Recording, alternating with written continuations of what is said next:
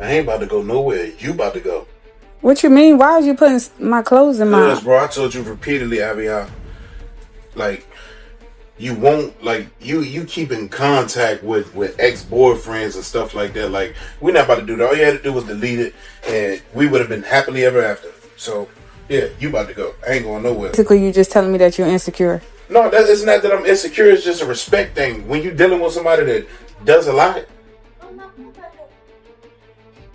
you should appreciate that and show me some type of respect like that. What does that have to do with you being insecure? Secure? That's not the case. Listen, it don't even matter. 30 days to get out. I ain't got to give you. And then you packing my stuff like I could pack my own stuff. You good? I'm gonna pack it for you. Your name ain't on the list. On the list as an occupant. No damn occupant. Yeah, I'm an occupant. You have to give me 30 days to get out. Virginia law. You're an occupant. You're out of here. Well, I'm glad you folded the way it need to be folded. Respectfully, why wouldn't I? No, it just don't make sense that men are like that. No, men these days are very insecure. Listen, it's not about men these days. I'm not them. When you go to the club, do I say anything about you being in the club? I'm putting you out very respectfully and humbly. Your ass out too, because if I got to get out you and the dog and the kids getting out. That don't make that make sense. I'm making it make sense. That don't make sense. I'm making it make sense. Matter of fact, I'm gonna just leave the kids here. That's cool, but is you gonna leave respectfully? No, I'm not going to leave respectfully. I'm leaving disrespectfully. Either way, you're going to have to go, whether you want to leave respectfully or not. I guess we going together. No, I ain't going. I go, you going too? Nah, that don't work like that. All you had to do was delete a number and you wanted to keep... Why would you even want to keep contact with ex anyway in your phone? Like, what like... Because you can't talk to me about the stuff that I need to be talked to about. So at the end of the day, I got to talk to somebody who I can talk to. So you talk to your ex. See, that's the problem with females. They go back to what they know. That ain't got nothing to do with going back what I know. So what you got his number for? Save. I just told you. Oh, so you talk to him about when you going through stuff? Yeah. That I can't talk to you about? Yeah, because you don't know how to communicate. Why you don't talk to your mama or your daddy or your sister or your brother? Why would I talk to them about my relationship? Better off sitting there talking to Coco, sitting by the cage. Listen, at the end of the day, I'm not leaving, so you're going to have to give me a 30-day notice or something. I'm not giving you nothing but your suitcase and your... Okay, well, we're going to see when the police come. Yeah. The police? I ain't calling the police. I'm calling the police because you can't kick me out. You have to give me 30 days. You're not about to bring no police here. Yeah, my mother's a lawyer. I know all about that. I ain't tripping about none of that. Yeah. You ain't calling the police. When someone starts with, "Don't get mad, you already know something questionable is coming," and the fact that her old friends somehow knew they had just argued, raises another question. Saying, "You'll always love me," doesn't mean you can cross boundaries and expect your partner to keep waiting around. Meanwhile, this guy was simply relaxing and playing his game when his girlfriend decided that a prank was a good idea. You won't get mad? I'm not gonna swear because I don't know what it is. So, about a month and a half ago, we got into an argument and I was just really upset and I was just not like in the right headspace. Like an old friend had happened to DM me. And one thing led to another. And I just knew me and he had happened to DM me the same day and it was like, let's meet up, let's go to this bar. So we went to a bar and then... Hey, you went to a bar with the guy that DM'd you. You went home with him? So you went over to his house? No. So then what'd you do? We rented a room. You paid for the room. So then I used our money, but then I put the money back because I felt bad. It's a wrap. So, bro, you gotta get out the car. I'm about to go to the apartment and it's over. I'm canceling everything. I'm canceling everything, bro. Literally every single thing I'm canceling. It'll never happen again. I'm turning in the joint account and I'll split the money with you halfway. But I don't ever want to talk to you. Stop. Julius. No, bro, you gotta get out the car, bro. I gotta go. You said that you're always gonna love me. Well, no, not through that, bro. You're tripping, bro. You gotta go. When someone starts with, "Don't get mad," you already know something questionable is coming. And the fact that her old friends somehow knew they had just argued raises another question. Saying, "You'll always love me," doesn't mean you can cross boundaries and expect your partner to keep waiting around. Meanwhile, this guy was simply relaxing and playing his game when his girlfriend decided that a prank was a good idea. Feed and leave him alone. Things you're doing that are making your husband lose his shit. When are you coming home? When are you coming home? When are you coming home? He gets home, you're in a bad mood, you take it out on him.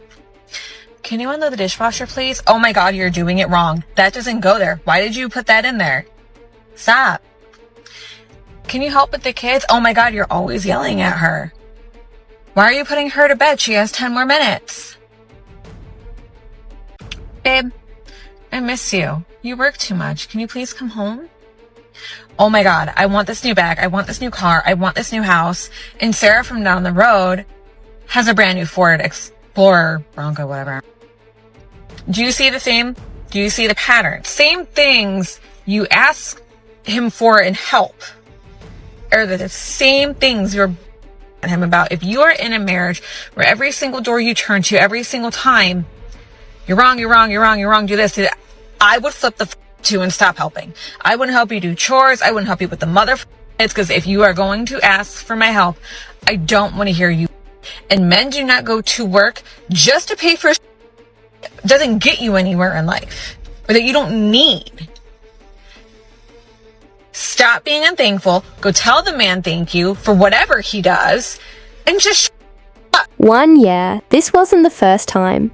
He understood that people only change when they truly want to.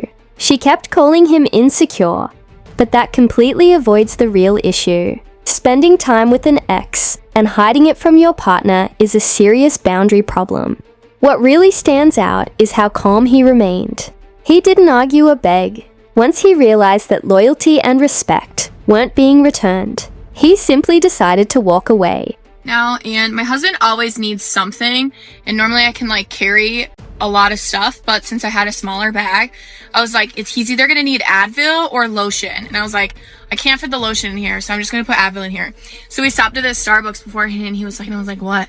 He was like, my head kind of hurts, and I was like, we literally are 5 minutes out of the house, and I was like, I have some ibuprofen if you need, and he's like, what? No way. And I was like, yeah. And he goes, he's like, that's so attractive. And I said, what? Someone being... You can tell he's genuinely shocked.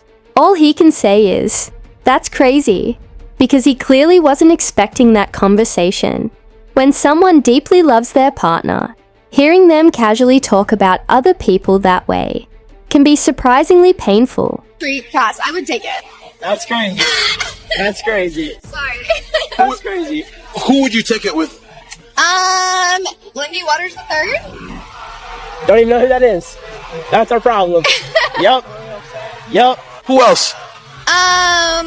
Think those men have over your men? They're professional athletes. That's crazy. Hey. Black or white? One is Native American and one's black. But do you think that any of those guys would go for you? Junior would. That's crazy. Hey, at the end of the day, it's whatever. He's got guts for saying that right next to his wife.